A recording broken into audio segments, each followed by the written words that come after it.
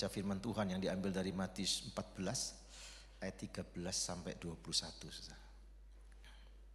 Matius 14. Firman Tuhan tertuliskan demikian dalam Matius 14 ayat 13 sampai 21. Yesus memberi makan 5.000 orang. Setelah Yesus mendengar berita itu, menyingkirlah ia dari situ dan hendak mengasingkan diri dengan perahu ke tempat yang sunyi. Tetapi orang banyak mendengarnya dan mengikuti dia dengan mengambil jalan darat dari kota-kota mereka. Ketika Yesus mendarat, ia melihat orang banyak yang besar jumlahnya.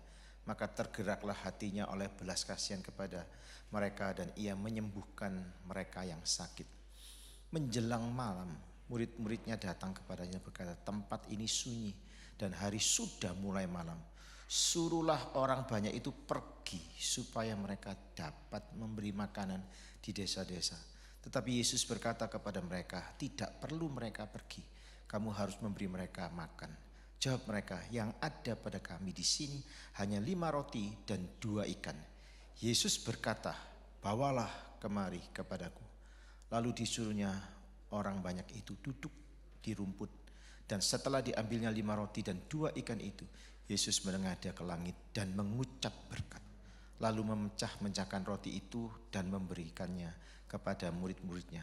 Lalu murid-muridnya membagi-bagikannya kepada orang banyak. Dan mereka semuanya makan sampai kenyang. Kemudian orang mengumpulkan potongan-potongan roti yang sisa 12 bakul penuh. Yang ikut makan kira-kira 5.000 laki-laki, tidak termasuk perempuan dan anak-anak. Saudara, kisah ini mungkin sangat tidak asing dan terlalu sering kita mendengar. Tetapi hari pagi ini kita akan melihat prinsip-prinsip yang sebenarnya terlalaikan dalam kehidupan orang percaya. Yang seharusnya terimplementasi di dalam setiap kehidupan kita, saudara. Karena kisah Matius 14 ayat 13 sampai 21 yang baru kita baca ini, saudara, ya, adalah kisah yang terjadi segera setelah Yesus menerima berita tentang kematian Yohanes Pembaptis di tangan Raja Herodes Antipas. Ya. Herodes sebagai penguasa daerah Galilea pada waktu itu mengeksekusi Yohanes karena Yohanes menegur raja karena dosa yang dilakukannya. Maka murid-murid Yohanes datang kepada Yesus dan melaporkan berita ini. Tidak hanya berita tentang pembunuhan Herodes terhadap Yohanes, tetapi juga rasa takut Herodes terhadap Yesus. Bagian ini mengajarkan bagaimana kita membawa masalah yang mustahil kepada Tuhan yang baginya tiada yang mustahil. Saudara, kita lihat ada beberapa hal yang sangat penting. Roh Kudus itu menggerakkan 4 penulis Injil. Matius, Markus, Lukas, dan Yohanes untuk menciptakan kisah ini. Berarti ini kisah yang sangat luar biasa yang disorot oleh 4 penulis Injil ini, saudara. Karena tidak semua peristiwa disorot oleh keempat Injil. Peristiwa ini salah satunya dan memberikan tempat kepada para penulis-penulis Injil itu. Karena ini sesuatu hal yang sangat penting dalam prinsip yang ada. Tuhan Yesus benar-benar memberi makan banyak orang melalui beberapa potong roti dan beberapa ikan jelai nanti yang saya akan jelaskan lebih jauh. Ya. Mengapa penting bagi kita untuk membaca dan sekaligus percaya pada cerita ini? Karena kisah ini ditulis berdasarkan pimpinan daripada Roh Kudus. Ya. Ini yang kita lihat kepada setiap penulis tersebut. Benar, tidak ada alasan yang lain yang lebih penting. Dan kisah ini bukan hanya mengajarkan tentang makanan. Dalam Injil Yohanes dicatat tidak lama setelah peristiwa ini terjadi. Yaitu Tuhan Yesus berkata, bekerjalah bukan untuk makanan yang dapat binasa, melainkan untuk makanan yang bertahan sampai kepada hidup yang kekal, yang akan diberikan anak manusia kepadamu, sebab dia yang disahkan oleh Bapa Allah dengan meterainya. Itu Yohanes 6 ayat 27. Nah, kisah ini ingin menegaskan kepada kita bahwa Yesus Kristus itu betul-betul anak Allah. yang sedang berinkarnasi dan berkarya untuk menggenapi seluruh rangkaian rencana Bapaknya untuk dunia itu. Rancangan keselamatan. Jadi bukan sekedar bicara soal makanan, jasmani yang mengenyangkan sementara. Tetapi ada hal yang lebih esensial daripada itu. Menegaskan tentang kealahan Kristus. Sehingga karya-karya Dia pembuktian yang secara langsung dalam penggenapan rencana Allah untuk keselamatan kita semua. So, mari kita lihat. Dialah yang harus kita percaya supaya kita memperoleh keselamatan. Sebelum datang ke Sydney saya ke Sumatera. Setiap hari saya tuh ketemu orang, saya memberitakan Injil. Ada orang mau foto saya, anak muda. Saya ajak berbincang. Saya langsung menantang dia untuk terima Tuhan Yesus. Mau, langsung saya doakan. Saya nggak tahu tiba-tiba teman-teman saya yang ikut itu lihat kemudian dia foto saya. Terus saya pergi ke satu spot yang bagus gitu. Ada lagi yang mau datang. Dan mau foto saya PI lagi.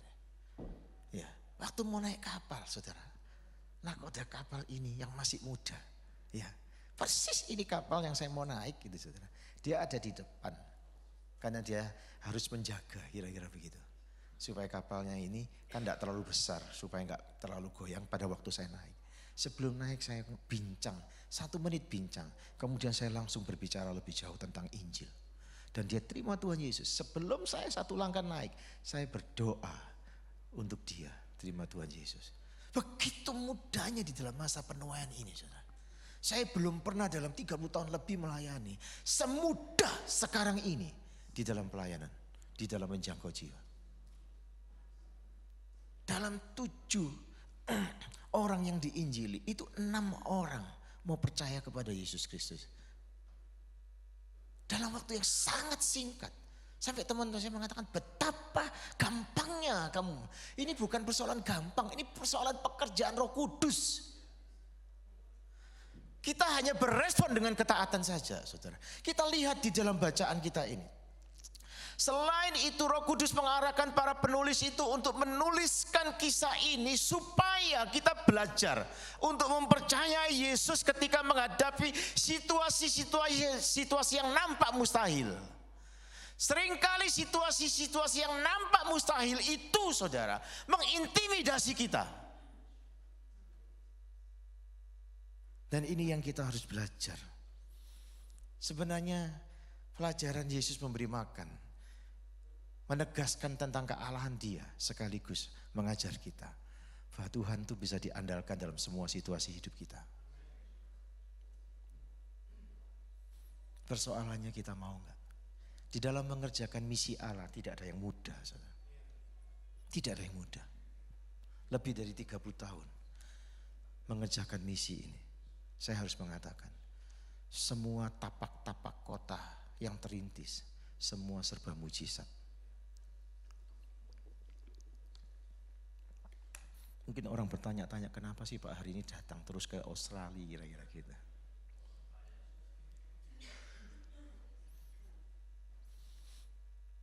Saya kemarin cerita sekilas bagaimana tujuan saya ke sini itu sudah terjadi jauh sebelum Elkanah studi ke sini. Saya pelayanan di Korea itu kan sering sekali saudara. Satu saat saudara. Koper saya nggak ada. Itu kan musim dingin. Dan saya sering mimpin retreat di sana. Musim dingin yang waktu itu waduh siklusnya dinginnya luar biasa. Nggak ada koper saya.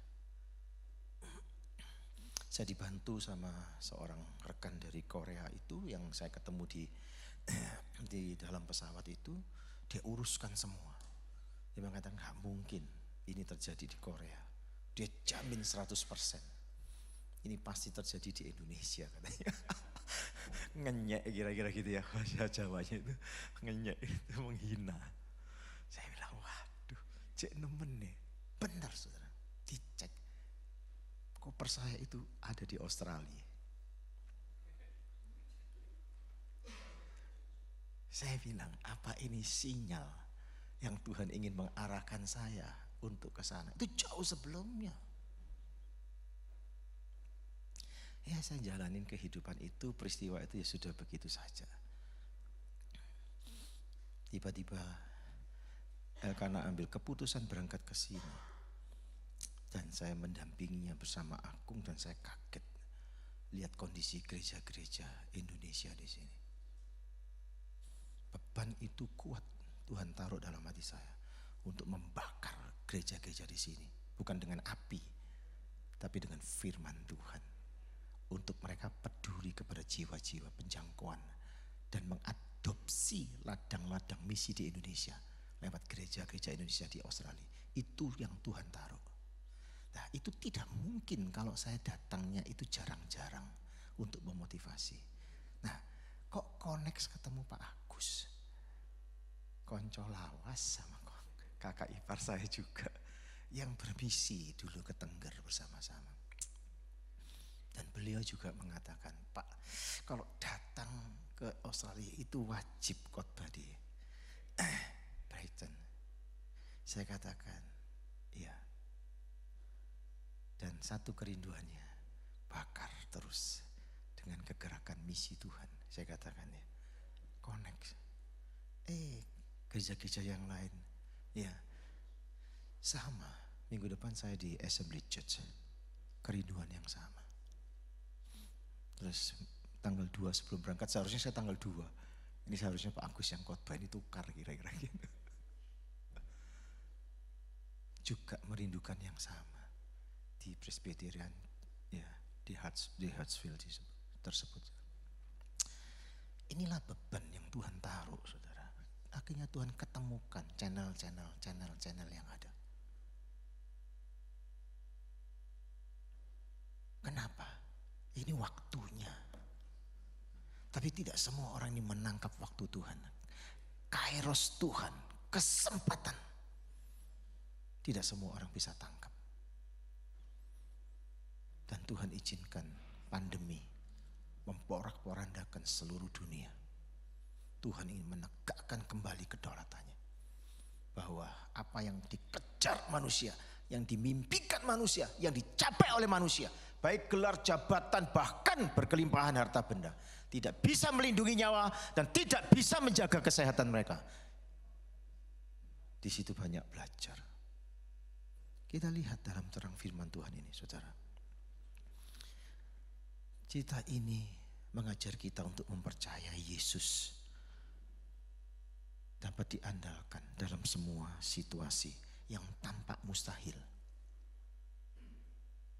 Dia sanggup karena dia punya kuasa dalam kedaulatannya, unlimited, tidak terbatas. Benar yang dikatakan Lukas 18 ayat 27, saudara. Ya, apa yang tidak mungkin bagi manusia, mungkin bagi Allah. Persoalannya bukan di dalam persoalan itu sendiri dan bukan di dalam diri Allah. Persoalan ada dalam diri kita.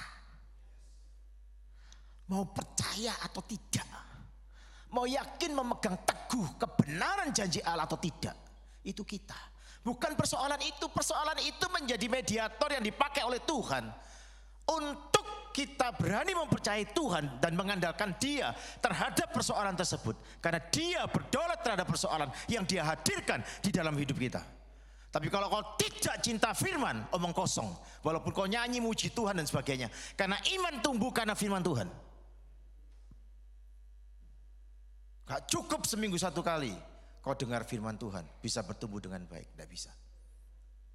Sama seperti kita makan secara jasmani. Coba makan secara jasmani seminggu sekali. Gak sanggup menjalani kehidupan ini, benar gak? Kecuali kau makan setiap hari dengan baik, tertib, teratur. Demikian dengan kerohanian kita. Maka saya bisa mendeteksi itu orang rohani atau tidak. Dia mau dengar firman Tuhan atau tidak. Dia cari firman Tuhan atau tidak. Karena orang rohani pasti mencari perkara-perkara rohani. Bukan perkara-perkara duniawi. Yang mungkin saja bisa memuaskan dia. Tapi sementara atau sesaat. Bagaimana seharusnya respon kita menghadapi situasi yang mustahil yang terjadi di dalam hidup kita?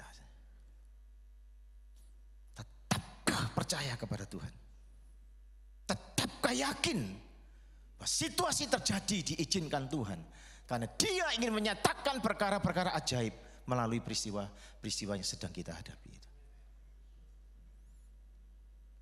Berapa kali saya menghadapi situasi soal pesawat itu, saudara, berulang-ulang kali. Dulu mungkin ada yang saya pernah saksikan di sini, tapi ada banyak lagi. Subuh-subuh 2:30 pagi, jam 3 pagi saya sudah keluar dari hotel di Jakarta untuk balik ke Surabaya. Flight yang pagi, paling pagi, karena saya sampai Surabaya saya harus ambil mobil, saya langsung jalan darat ke Jawa Tengah untuk pelayanan. Hari itu juga di 2 kota, saudara. Ya, selesai pelayanan yang satu, saya tengah malam jam 10, setengah 11 malam saya meluncur lagi ke kota yang lain. Sampai di sana saya tengah malam atau dini hari untuk pelayanan besok malamnya. Selesai pelayanan berangkat lagi. Saudara, pagi-pagi keluar dari hotel, jalan tahu-tahu di tol, macet total. Jam 3:15 tol macet total, saudara. Ternyata kecelakaan Lamborghini dengan Ferrari, anak-anak muda yang kebut-kebutan, yang pulang minum, mabuk dan sebagainya. Dahsyat waktu saya melintasi jalan itu. Lihat, hancur dua-dua. Itu berapa miliar itu. Satu mobil aja bisa di atas 6-10 miliar.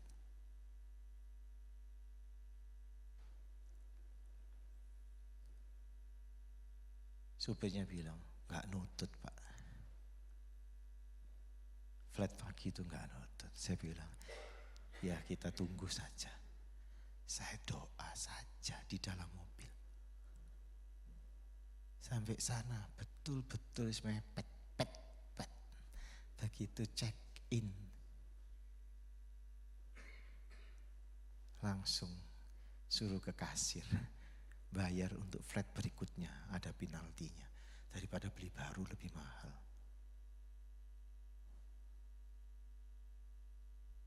Sepertinya kan tidak ada pertolongan, betul gak? Tapi pasti ada rencana Tuhan terbaik. Ya sudah, saya pergi. Selesai bayar, saya langsung, saya berdoa balik ke tempat tadi atau ke tempat yang lain. Sudah saya balik lagi ke tempat itu. Dilayani oleh petugas check in. Tak, plak. Dia bilang langsung tutup. Tolong yang baris, yang penerbangan yang jam dekat itu silakan ke pindah yang lain. Kalau yang agak lama tunggu silakan. Ditutup langsung. Mari Pak ikut saya. Kenapa ini? Ikut nggak taunya. Diserahkan ke counter yang lain yang nggak ada bagasi dan sebagainya. Ditanya, Bapak ada bagasi tidak? Wah, Bapak ditunggu. Saya ditunggu, saudara. Apa pentingnya nunggu saya, kata bahasa Jawa? Apa pentingnya nunggu saya? Ditunggu saya. Kemudian dikasih saya langsung boarding pass. Pak cepat ya Pak, cepat saya saudara. Oh lari-lari saya. Sampai di dalam mau boarding itu kan cuma saya satu-satunya penumpang. Ditolak lagi saudara. Wih ini ada apa lagi ini? Ditolak saudara. Nah di Jakarta itu Cengkareng itu karena kalau orang masuk ke gate-nya itu saudara ya. Itu kan ada di tengah itu ya untuk meriksa-meriksa. Nah di sampingnya kan pintu. Lah saya masuk ke pintu ini. Terus tiba-tiba bapak yang dari sini keluar gitu. Oh ini Pak Hari Limanto. Ya ditukar saudara boarding pass-nya lagi. Saya tahu ditukar itu adalah bisnis kelas. Terus saya tanya, lo bagaimana dengan uang tadi ini? Kata, Bapak langsung nanti di Surabaya urus untuk refund itu. Saya mendarat itu langsung balik utuh. Saya tahu itu saya sangat lapar. Pagi itu ditaruh di bisnis kelas. langsung dapat makan.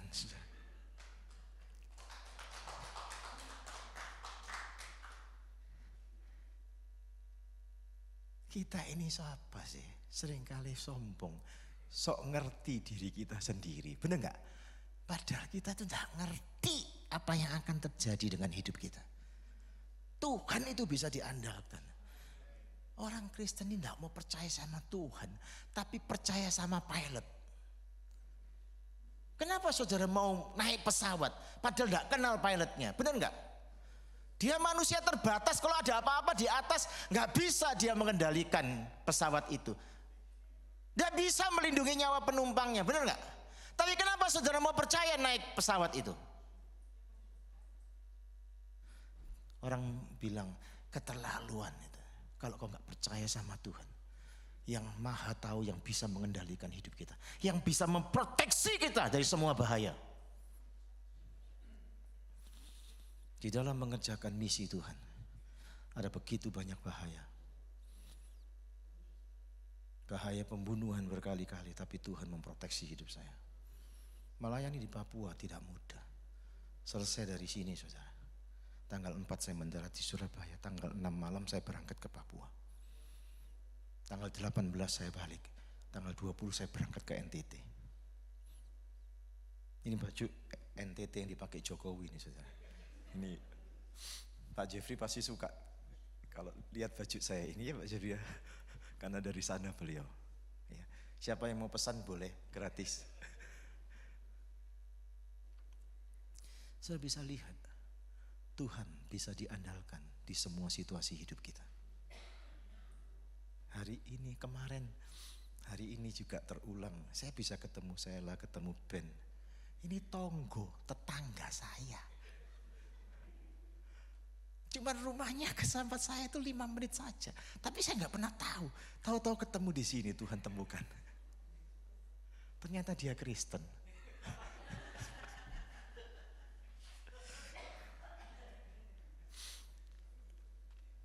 Betapa ajaibnya Tuhan itu saudara. Tapi seringkali kita tidak memahami keajaiban Tuhan.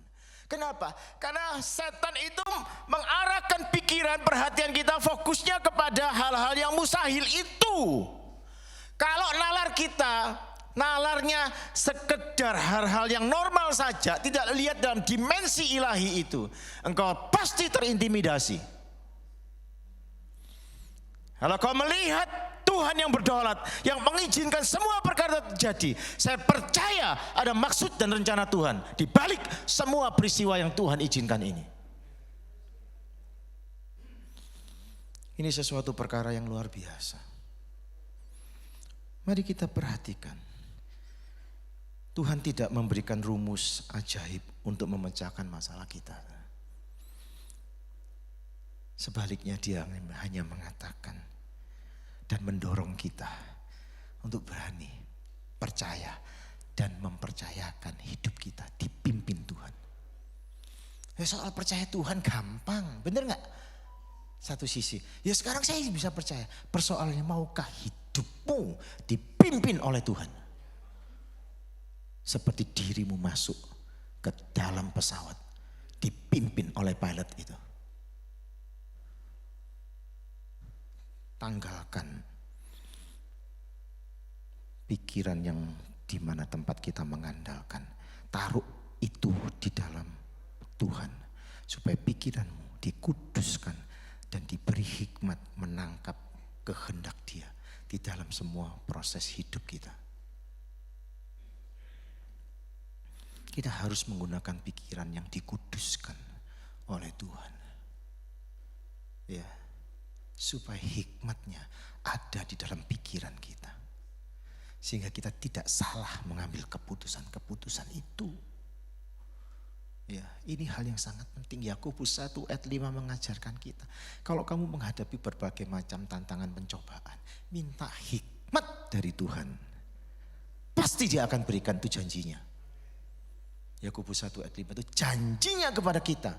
Kalau kita minta hikmat menghadapi pencobaan, Dia pasti berikan. Persoalannya kita tidak minta hikmat, tetapi kita dipusingkan dengan persoalan itu. Lalai bahwa Tuhan sudah berjanji. Mari kita lihat dalam terang firman Tuhan. Selanjutnya, bagian ini mengajarkan kepada kita beberapa prinsip ketika kita menghadapi tantangan yang nampaknya mustahil. Prinsip yang pertama, jangan putus asa ketika menghadapi masalah yang nampak mustahil. Setan itu gak pernah putus asa. Setan gak pernah putus asa. Dan tidak pernah lelah setan itu. Tapi banyak orang Kristen gampang putus asa. Dan mau pelayanan pun capek. Orang-orang semacam ini perlu belajar dari setan. Kau untuk Tuhan capek, tapi untuk kerja kamu mau tidak mengenal lelah. Padahal kau diberikan kesehatan itu bukan hanya untuk kerja, tapi untuk melayani Tuhan. Kerja menjadi alat memberkati hidupmu, sekaligus menjadi bagian supaya kamu bisa melayani dengan efektif di hadapan Tuhan. Kalau kau mengerti tentang rahasia hidup di dalam Tuhan, kau tidak akan pernah berlelah-lelah. Gitu saja. Kau pasti akan berjuang habis-habisan. Banyak orang bertanya, gak capek Pak Hari? Mau capek. Tapi keselamatan yang dianugerahkan lewat salib Kristus gak bisa saya bayar. Gak bisa saya bayar dengan apapun. Itu terlalu mahal. Dan itu menjadi dorongan yang kuat di dalam diri saya. Sampai hari ini berpuluh-puluh tahun terus mengerjakan panggilan ini. Walaupun menghadapi semua konteks bahaya, Tuhan itu memanggil saya ke tempat-tempat ladang pelayanan yang sangat berisiko tinggi terhadap nyawa saya. Timur-timur, 9 tahun masuk tahun ke-10. Terjadi hal yang sangat dahsyat itu. Desingan peluru, saya ada lari di desingan peluru itu. Tuhan jaga lindungi. Kan bisa peluru-peluru itu nyasar, benar gak? Tapi Tuhan jaga lindungi. Pada waktu tidak ada satu pun gereja-gereja berani masuk ke kem-kem pengungsi dan bikin KKR. Pada saat peristiwa meletusnya itu, saya menggerakkan mereka yang dilayani Timur-Timur untuk masuk ke setiap kem-kem pengungsi, menemukan keluarga-keluarga yang terpisah. Oh, istri anak terpisah, nggak tahu kemana. Orang tua anak terpisah, tidak tahu kemana. Didaftar satu persatu. Puluhan ribu saudara. Dan kemudian kita berhimpun dalam hujan yang sangat lebat. Saya ini loh khotbah dalam kondisi basah kuyup. KKR pertama, baru kemudian datang gereja-gereja yang lain. Ada gereja di sana kita pakai nggak cukup saudara. Mereka pergi dengan payung dari daun pisang.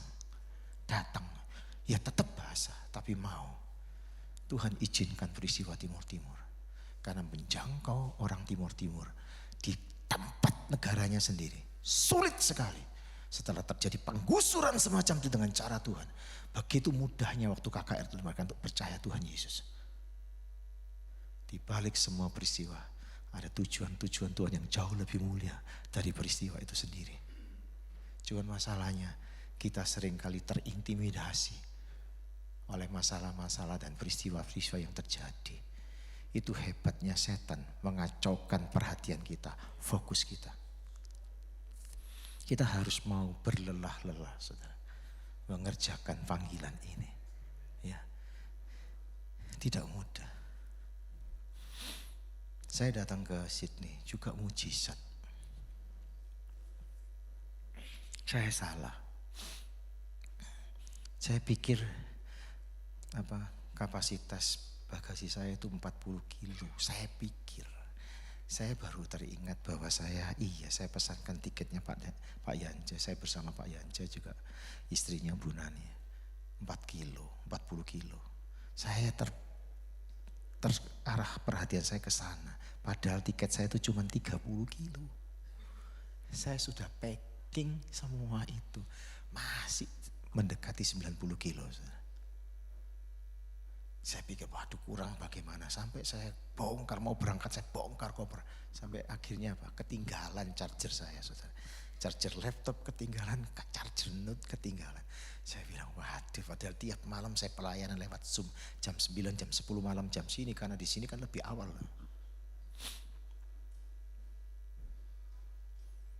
Sampai bandara. Saya kaget, jatahnya cuma 30 kilo per orang. Kaget saya. Kami berdua, Yanja lewat Bali, saya lewat Singapura. Kaget saya, waduh gimana ini bisa? Timbang. Loh, saya tes satu barang, kok beda dengan yang saya timbang di rumah. Masukkan lagi, beda lagi. Itu 1,5 sampai 2 kilo. Apa timbangannya rusak di sini? Masuk. Satu yang dibawa Pak Citro. Satu tumpukan kaos yang dibawa Pak Citro. Boleh dimasukkan di cabin. Padahal biasanya kan nggak boleh. Dus itu. Semuanya masuk. Saya bingung, Pak Citro juga bingung.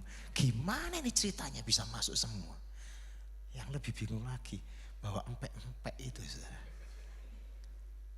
Bisa diterima. Elkana bawa dibuang. Padahal dia bawa itu sudah kelebihan 5 kilo. Bayar 2,6 juta. Empek-empeknya gak sampai segitu. 5 kilo saja. Saya empek-empek. Saudara, plus ikan teri Medan 15 kilo masuk saudara. Mau mendarat saya berdoa, Tuhan Engkau tolong supaya bagasi ini gak ada satupun yang dibongkar. Engkau tolong tidak ada pemeriksaan. Sudah antri. Kami mau keluar yang bebas itu gak boleh suruh ikut pemeriksaannya. Ya udah ikut. Mau ke jalur situ disuruh atlet masuk ke jalur yang lainnya. Udah ikut jalur itu. Lama sekali ini jalan terus. Ini kan jalan-jalan. Saya tetap ya Tuhan punya rencana lah yang terbaik. Saya batin. Benar. Begitu kasih ini kami berdua dimasukkan ke jalur nomor 2. Yang lain 1 semua. Ini nomor 2. Gak ada periksa, cuma ditanya. Gara-gara bawa rice cookernya Bu Mena itu saya ditanya. Dipikir rice, hilang cookernya. Lolos semua. Nggak taunya Pak Markus yang ngidam empek-empek keturutan, kata orang Jawa, tergenapi.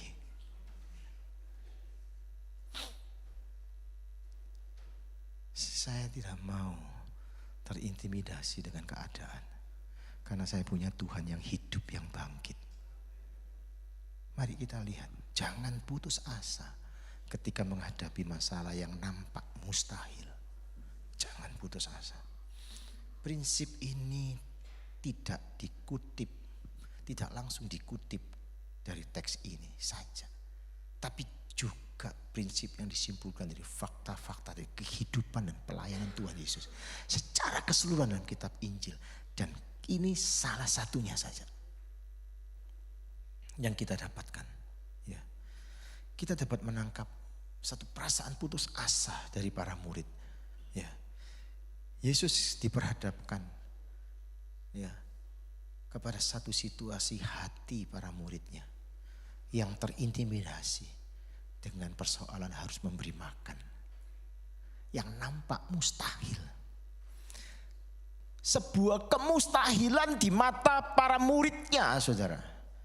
Matius mengatakan bahwa jumlah orang yang perlu diberi makan itu 5.000 laki-laki, tidak termasuk perempuan. Jika kita menghitung, saudara, setiap laki-laki memiliki seorang istri saja dan 2 orang anak, maka jumlah mereka itu 20.000 orang.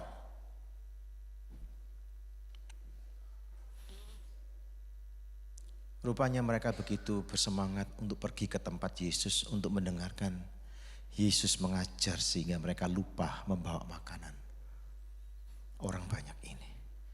betul-betul mereka memprioritaskan firman Tuhan. Sedemikian rupa. Ya, perhatikan di sini. Dan murid-murid yang harus memberi mereka makan. Sedangkan yang ada hanya 5 roti. Dan 2 ikan itu pun bukan milik mereka. Tapi milik anak kecil tersebut. Dan tidak akan membutuhkan waktu lama. Untuk semua orang, termasuk orang yang paling optimis sekalipun. Hari itu yang hadir akan menyimpulkan yang sama. Bahwa ini tidak bisa dilakukan kecuali mereka pergi sendiri. Saya menelusuri tempat di mana Yesus bikin mujizat. Memberi makan lewat 2 ekor ikan dan 5 ketul roti. Saya bersama Elkanan teman-teman menelusuri daerah itu. Dan saya sampai nangis. Kenapa? Jarak rumah ke rumah yang lain itu sangat jauh. Saya langsung mikir bagaimana mungkin waktu itu para murid mengatakan semua pergi membeli makanan, di mana mereka bisa mendapatkan makanan sebanyak itu, penduduknya sangat sedikit dan jarang sekali. Saya makin melihat kondisi ini dengan kenyataan lapangan yang ada. Saya bisa menangkap sesuatu yang memang betul-betul mustahil. Tidak mungkin. Kenapa murid-murid tega pergi mereka? Padahal mereka pun tahu bahwa mereka semua ini tidak mungkin bisa dapat makanan. Karena mereka melepas tangan. Gak mau repot. Kenapa mereka gak mau repot? Karena mereka minim kasih. Kalau orang dalam limpah kasihnya mau peduli dan orang peduli itu pasti repot. Tapi di balik semua itu ada kasih karunia Tuhan untuk orang itu. Ini yang terjadi, saudara. Mereka semangat datang bilang sudah pergi aja. Suruh beli makanan dan sebagainya. Yesus tahu ketidakmungkinan kondisi itu. Bukan tidak tahu. Sangat tahu. Dan Yesus tentu tidak terkejut. Atau panik menghadapi kebutuhan yang luar biasa. Yang sempat mencemaskan hati para murid tersebut. Untuk memenuhi kebutuhan itu. Dari tulisan Yohanes tentang kisah ini kita memahami Tuhan Yesus dengan sengaja membawa persoalan ini ke dalam kehidupan para muridnya. Ingin tahu sejauh mana mereka itu mengenal dirinya dan trust sama Tuhan. Kalau kita baca Yohanes 6 ayat 5 sampai 9, disitulah kita bisa lihat. Saudara, sekarang mari kita memperhatikan alasan para murid yang sedang putus asa menghadapi kondisi ketidakmungkinan ini. Mari kita refleksikan hal ini dalam hidup kita. Apakah kita juga pernah, sering, dan selalu putus asa dengan alasan yang sama seperti para murid ini.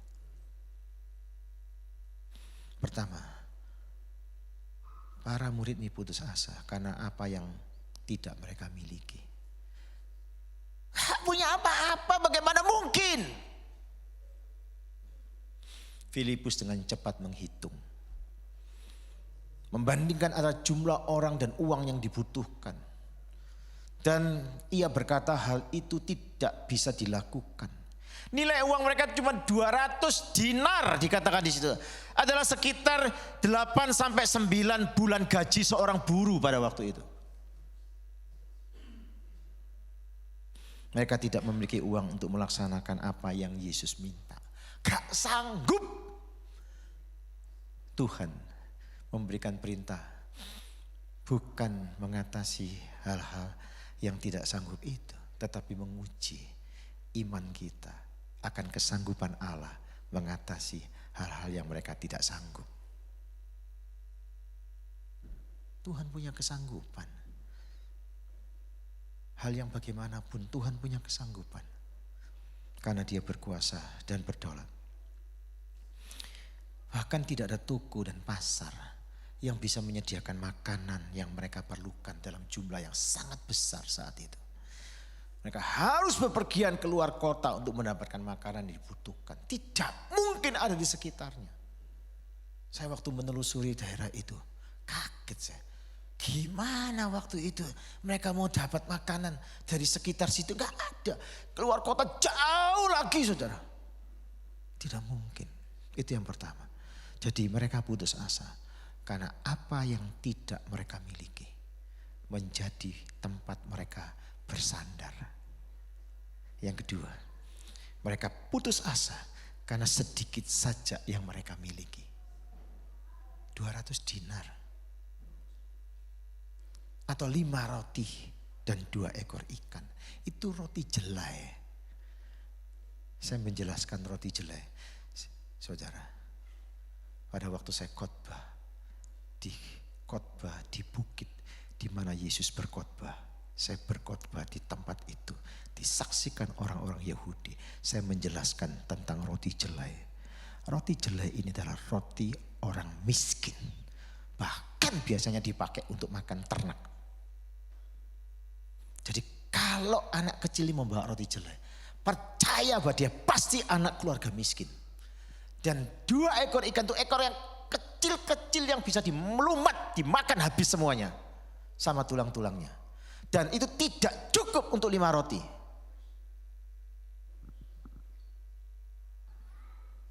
Saudara bayangkan, persediaan yang terbatas tidak bisa membatasi kuasa Tuhan.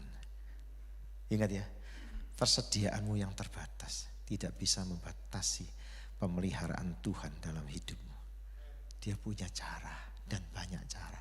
Dan Tuhan tidak pernah kehabisan cara untuk memelihara kita. Hal yang tidak mudah. Tetapi bisa karena Tuhan. Itu yang kita lihat dalam bagian ini. Ya. Yang ada pada mereka hanya bekal makan siang seorang anak kecil. Itu hanya cukup memuaskan rasa lapar seorang anak kecil, saudara. Dan tentu saja tidak cukup memberi makan ribuan orang semacam itu. Tidak mungkin. Mereka terintimidasi. Pertama, mereka tidak memiliki, putus asa. Yang kedua, persediaannya minim. Itu sudah mengintimidasi. Yang ketiga, mereka bahkan putus asa karena kesederhanaan yang mereka miliki. Sangat sederhana. Roti jelai itu adalah roti yang biasanya dimakan orang-orang miskin yang harganya sangat murah. Pada orang-orang tertentu bisa dipakai sebagai pakan ternak di sini, saudara. Jadi istilah yang digunakan Yohanes untuk menggambarkan ikan yang dibawa anak ini, saudara. Itu bisa dimakan secara keseluruhan. Ikan itu termasuk tulangnya, saudara. Itu kayak ikan teri kira-kira gitu, sedikit lebih besar. Dan ikan kecil itu pun hanya 2 ekor. Sangat mungkin tidak cukup untuk makan bersama 1 roti jelai. 2 ekor itu. Apalagi 5 roti jelai. Tidak mungkin. Inilah yang membuat para murid menjadi putus asa. Mereka hanya memiliki sedikit ditambah dengan kualitas makanan yang sangat tidak baik. Kita bisa lihat ini. Kualitas makanannya tidak baik. Di akhirnya dengan menimbang-nimbang apa yang mereka miliki dan tugas yang mereka terima, mereka putus asa karena tugas yang mereka terima terlalu berat. Semua penulis Injil kecuali Yohanes menulis hal yang sama, bahwa para murid mempunyai pendapat yang sama. Tempat ini sunyi dan hari sudah mulai malam.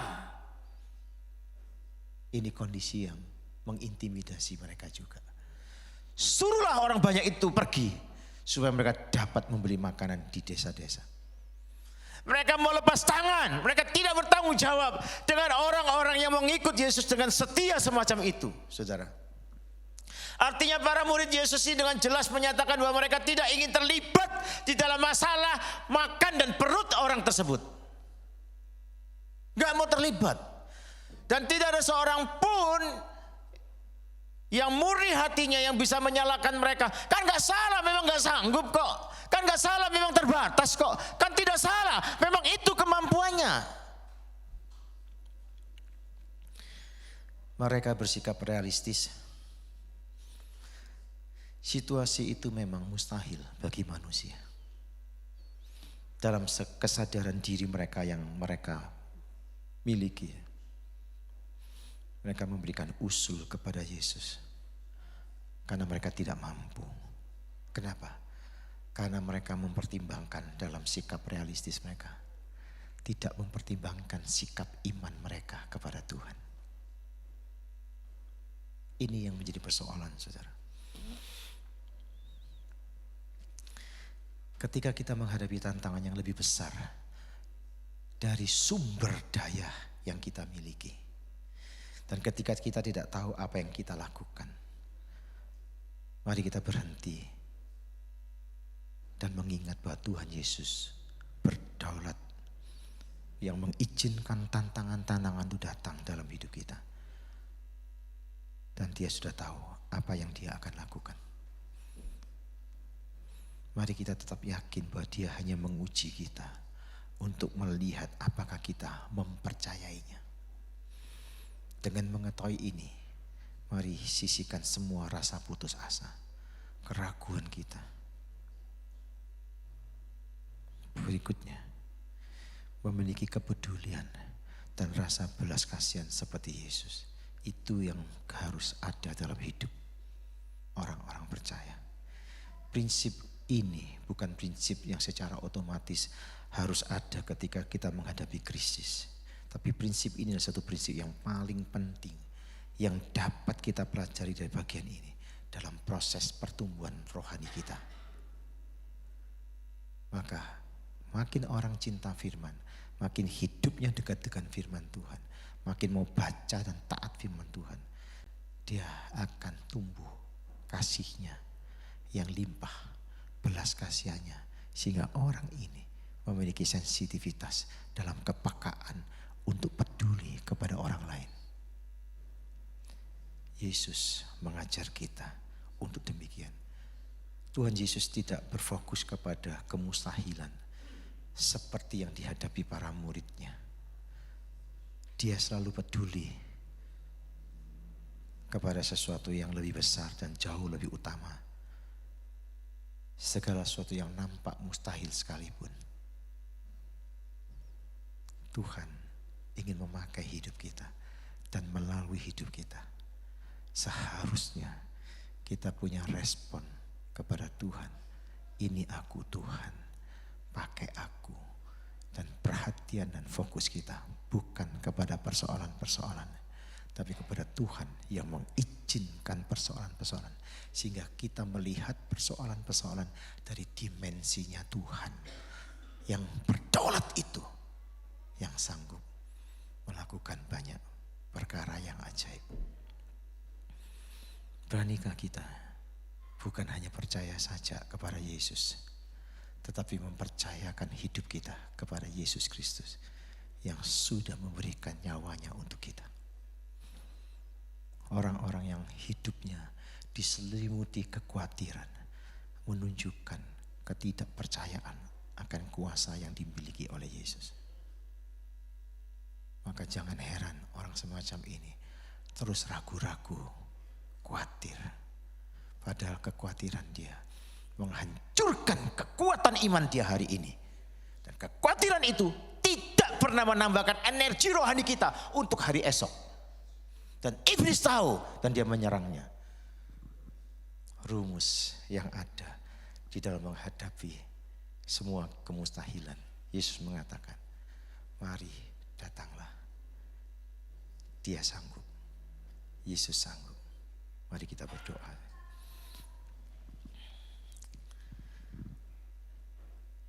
Tuhan yang mengasihi kami. Kami datang dan merendahkan diri di hadapan-Mu. Mohon belas kasihan-Mu. Kerap kali perjalanan hidup kami yang penuh dengan berbagai macam tantangan, kesulitan, kesukaran yang kerap mengintimidasi hidup kami. Tuhan tolong kami. Bukan sekedar kami mau percaya kepada Engkau, tetapi berani mempercayakan hidup kami kepadamu. untuk dipimpinnya. Dan kami menyerahkan sepenuhnya ke dalam kuasa tangan kasih-Mu. Anugerahkan kepada kami iman yang selalu memandang kepada Engkau.